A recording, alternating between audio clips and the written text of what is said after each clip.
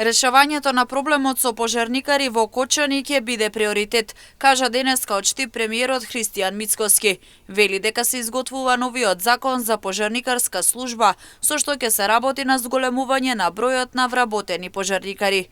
Конкретно во Кочани повеќе од 3 години се работи со двојно помалку пожарникари од потребното. Согласно бројот на населението треба да има најмалку 33 пожарникари, а вработени се само 16.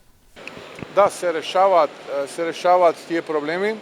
Вработувањето во пожарникарските служби е еден од проблемите кои што директно ги погодува локалните самоуправи.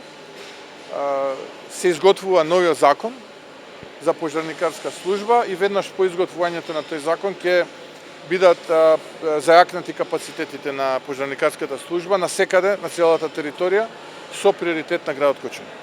Мицкоски посочи дека нема дилема кога е во прашање изборот на в.д. градоначалник на општина Кочани. Оставката на претходниот градоначалник Љупчо Папазов помина на седница на влада вчера, а по објавата во службен весник советниците во Кочани треба да изберат в.д. градоначалник во рок од 30 дена.